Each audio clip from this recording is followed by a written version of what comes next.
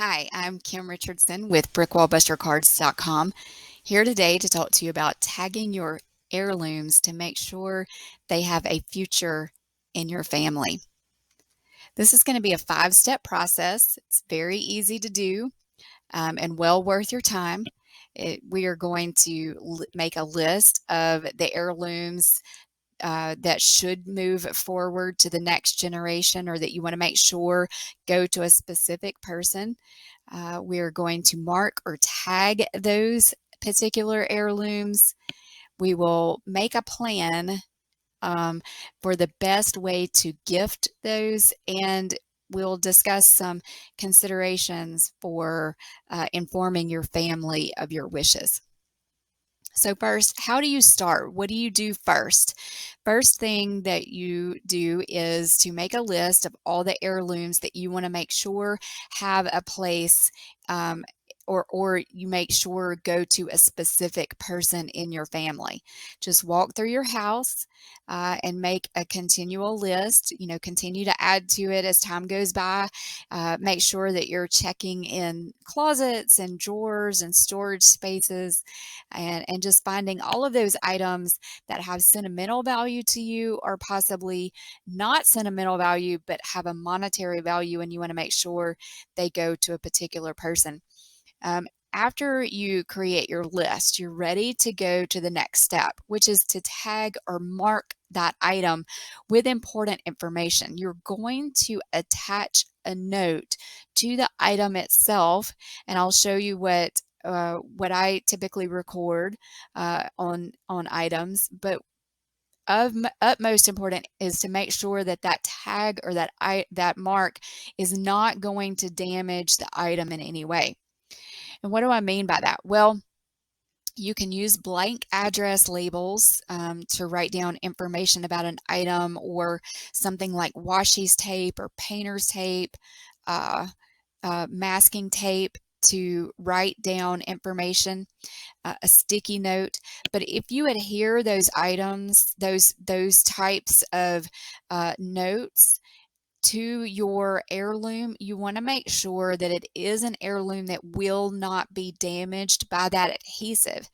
So it could be that you have to use a mix of things. Maybe a sticky would work on some things, but then there are other items, particularly like those made out of wood or fabric, that you don't want to attach anything of any stickiness or adhesive to. And so those might be where you need to use an index card or a piece of paper, or these stringed tags that you can buy in packs. They come in different sizes.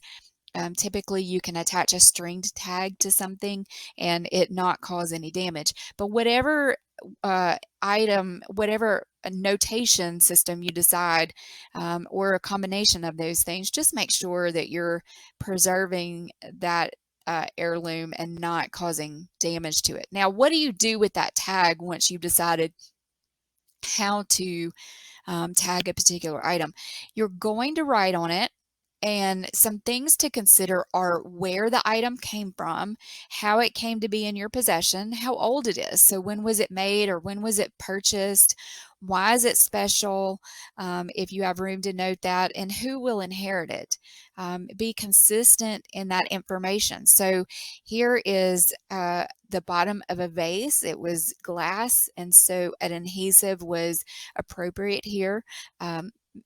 This is Mama's vase. It was a gift from Papa in 1927 when he went on a trip to Georgia, and Ashley is to inherit this vase. And so those are all noted on that item. Now, I make sure that I have 2 copies of this information. One will go on the tag itself, but I keep another place of the same information, and probably a good bit more detail, in a binder it's just an heirloom binder that I keep. I do print it out and keep it in a physical binder.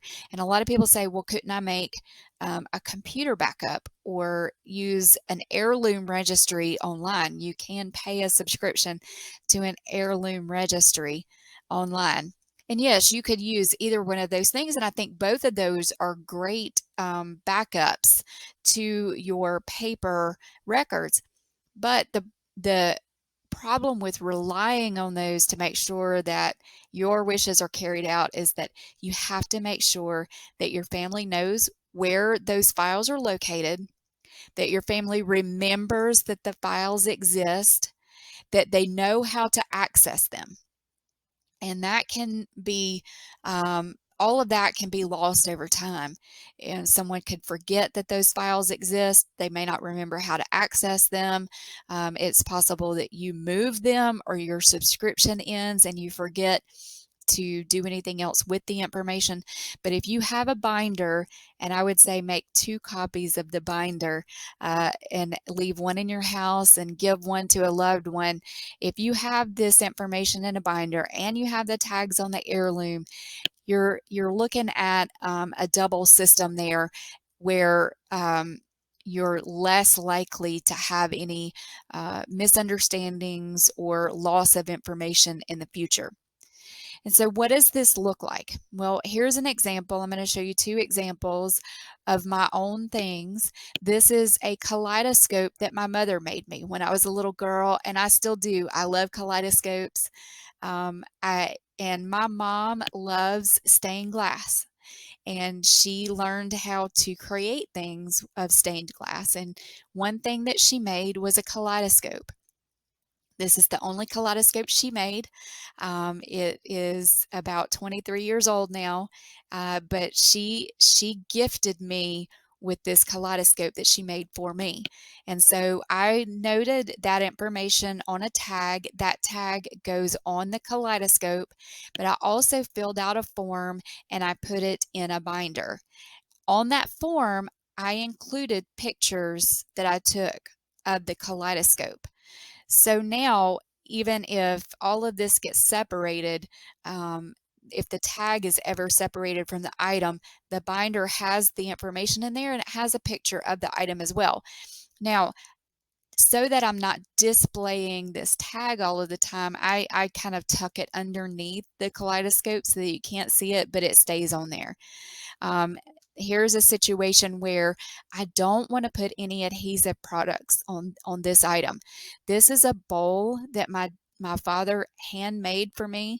He turned this from a piece of wood that came from a tree that was in our backyard when my brother and I were growing up. He made my brother the twin bowl out of the same piece of wood. And so this has obviously got some sentimental value to me. I want to make sure that it's provided for in the event of my death. I don't want to stick anything to this bowl though. And so that's when this binder is especially important, because this tag could be separated from this bowl very easily. And the way that I store the tagged information here is I put it underneath the bowl and it just sits there. My hope is that when somebody picks it up, the tag is still there. But if not, I've got this binder as a backup as well. So those are 2 examples of the system that I use. Now, what do you need to plan? What are some considerations? Obviously, you need to consider who inherits what. And it may be that you choose to match the items to the heirs yourself, and you go ahead and make all those decisions on the front end. It could be that you wish to allow your heirs to choose what items they wish to have. And if that's the case, you may want to set some ground rules and say, okay, it's going to be first come, first serve, or we're going to take turns here, or you can choose 5 items to inherit, something like that. Only you know what that particular set of rules needs to be, because only you know all of the considerations for your particular family, in that you know their personalities, you know whether there are any rivalries or not. You also know the needs of your family. So do you have some items that you know could benefit particular family members, and you want to make sure that those specific people inherit those specific items that could help them. And you also know who has limited space and who doesn't. So you probably don't want to hand down all of the family heirloom furniture to someone who you know has absolutely no space for it. So all of those things are considerations in planning how to distribute your gifts. You also need to think about when you're going to do this. You certainly can do it now, but you also have the option of preparing all of this to be taken care of through your estate. Or you could do a combination of the two. If you decide to gift things now, there's always opportunities to do that. We continually have birthdays, anniversaries, graduations, first homes being purchased, promotions at work. There are chances to give these heirlooms as gifts in celebration of life. And there are also things like reunions and family holiday get-togethers where you could take some of these items and see them put into the hands of your family to make sure they go where you want them to go.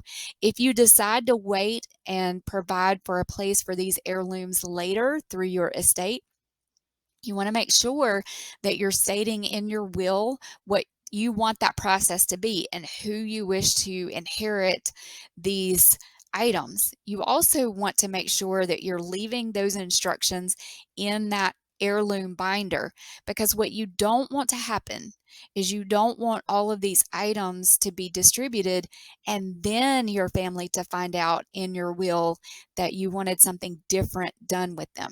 And so if you are leaving them instructions in that binder, even if it is to say, hey, all of these items have been provided for in my will, please consult my will, then you've at least given them that direction and you've made things easier for them in that time as well. How do you inform your family that this is what you're doing or what you want done? Well, again, that's very individual for your family. It may be best to tell some people one-on-one. You need to know that some people are going to tell you, I don't want to talk about this. This is hard. I don't want to have this conversation. And that's okay.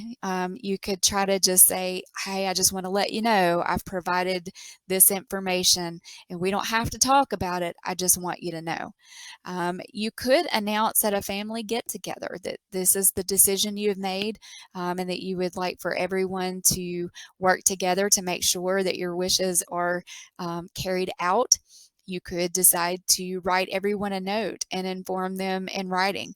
Regardless of how you decide to have that conversation with your family, you want to make sure that whoever you've chosen to take care of your estate knows that that is something that you've done, that you have this heirloom binder, that you've already decided what to do with all of these things. And you also probably want to tell your next of kin.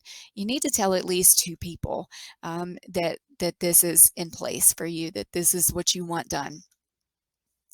If you want a copy of that form that I use for my binder, please send me an email. I'm happy to share it with you. It's kim@brickwallbustercards.com. And I will just tell me you want the heirloom form and I'll send it right out to you.